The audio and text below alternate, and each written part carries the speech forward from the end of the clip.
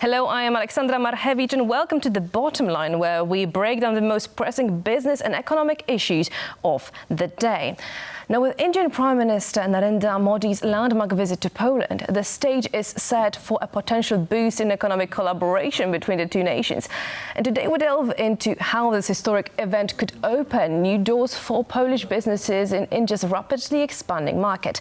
So to explore what lies ahead, I'm joined by Patryk Kugiel, a senior analyst at the Polish Institute of International Affairs. Hello, sir, and welcome to TVP World. Good morning. So first and foremost, I would love to discuss Polish exports, as they have grown over the years, and I believe that we can safely say that. Yet India remains a relatively small trading partner for Poland. So what factors do you believe have limited the growth of Polish exports to India, and how these challenges can be overcome? First of all, we knew very little about India. We rarely discuss India in Poland. We probably do not recognize the enormous potential this market holds. So we need to do some homework. And the visit of Prime Minister Modi certainly put in the spotlight the Indian economy, so probably more and more Polish businesses will be interested in exploring this market. This is one. Second, Indian market is obviously very difficult to operate. One needs to have a long-term strategy, long-term perspective, need to dedicate substantial money, so the cost of entrance in the market is huge, so it is not a market for everyone. But at the same time, Indian economy has been undergoing rapid changes, transformations. The red tape is being reduced, the infrastructure is being improved, and India is becoming more business-friendly for foreign companies. At the same time, the European Union is negotiating a free trade area agreement with India and investment protection agreement. So with this all tools in hand, and with the support from the political leaders on both sides, I think this market will be more open and welcoming to Polish businesses. So everyone needs to prepare to take an advantage of this new era of our bilateral relationship. And like you mentioned, I feel like Poland still has a lot to do when it comes to homework. And if I may quote you in this, and given that Poland is India's now 31st, I believe, export partner, so what strategies, to your mind, should Polish businesses adopt now to increase their market share in India? It needs to be more present on the Indian market, so we need more business delegations. Companies interested in this market must open an offices in India. We need to find local partners. We need to understand the rules and regulations of this market more comprehensively. And in this, there is a place that state can play. So we have a foreign office of the Polish Agency of Trade and Investment in Mumbai. This office must be fully operational.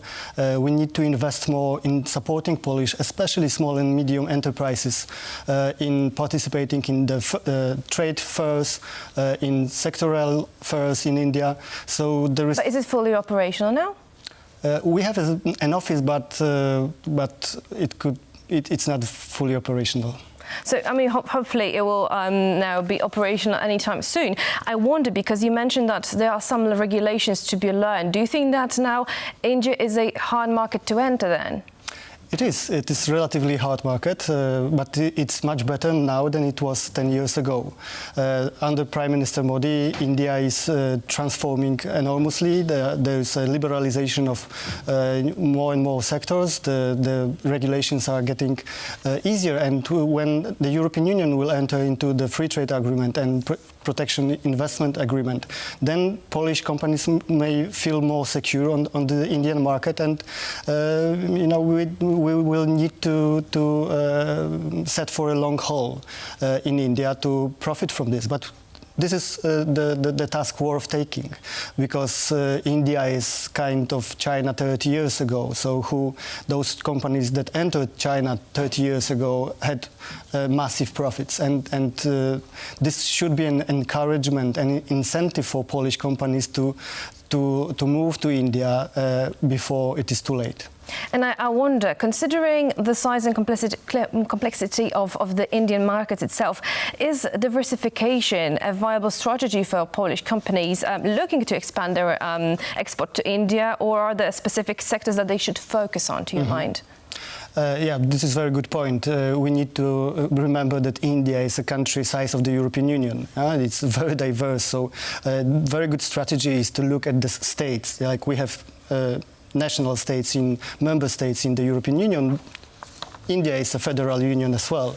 So there are certain differences between the regulations in different states. For example, the state of Gujarat, from Prime Minister Modi comes from, is very much friendly to foreign investors, and the infrastructure there is much better. The same can be said about Tamil Nadu or Andhra Pradesh, where is the famous Indian Silicon Valley located. So this is one lesson that Polish business can take, that you need to be focused on in which part of India you would like to operate, because there are also cultural differences, climate differences, so we cannot treat India as a one single market. There are certain regional differences between them, and also regulation and law differences. So we need to be more specific what we are looking for and what kind of product we have and our technology we have. And talking the sector-wise, I think the Indian market is very open to all the sectors, from agriculture to space exploration. So it depends on our companies. If any company has a very useful and modern technology or cost-effective technology, it will have more chances to compete and to win on this Indian market. So you mentioned culture and climate differences, and I feel like let's start from here. I also want to touch upon sectors that you mentioned. Now, do you think that the hesitation that we perhaps see now coming from Polish companies to invest in India stems from concerns about the market itself, such as its size or perceived risks? I mean, can we mitigate these fears that we are now mentioning? No, we can also look at what other countries are doing in India.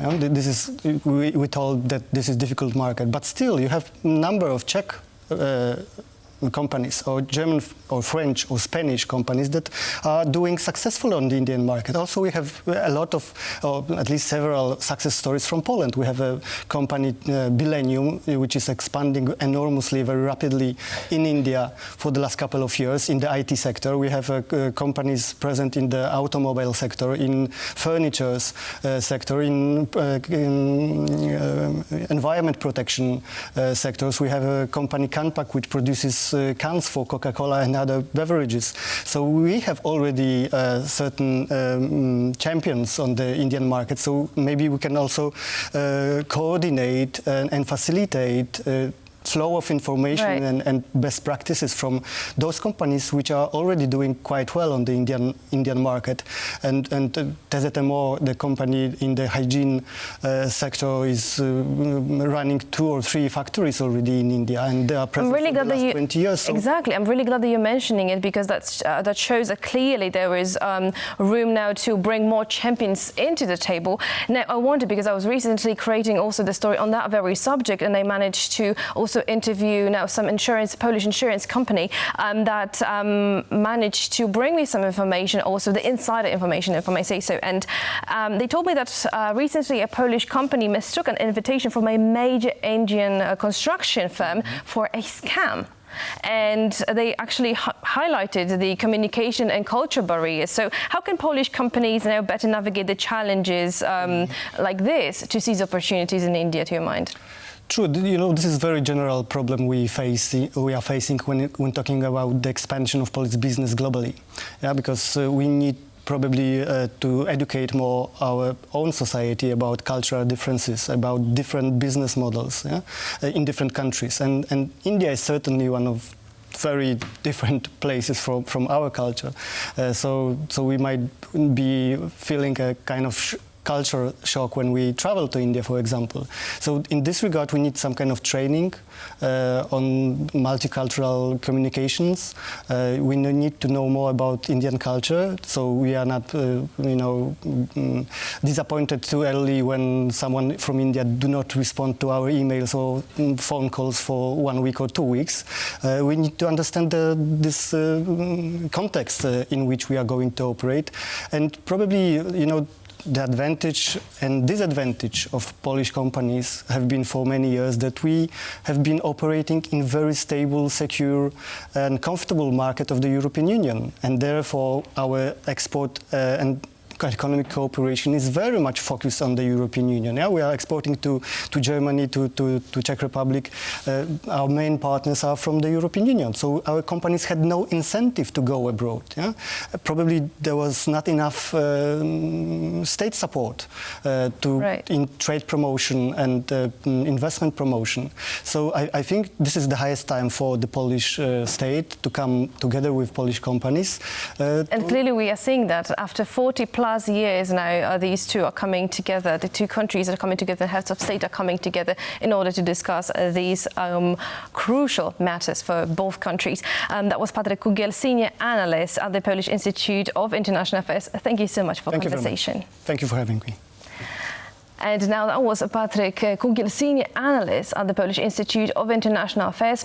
And that's the bottom line for today. And remember that in the world of business, the bottom line is the only line that counts. For more business stories, check out us on x and tvpworld.com. Alexandra Marchewicz signing off. Goodbye.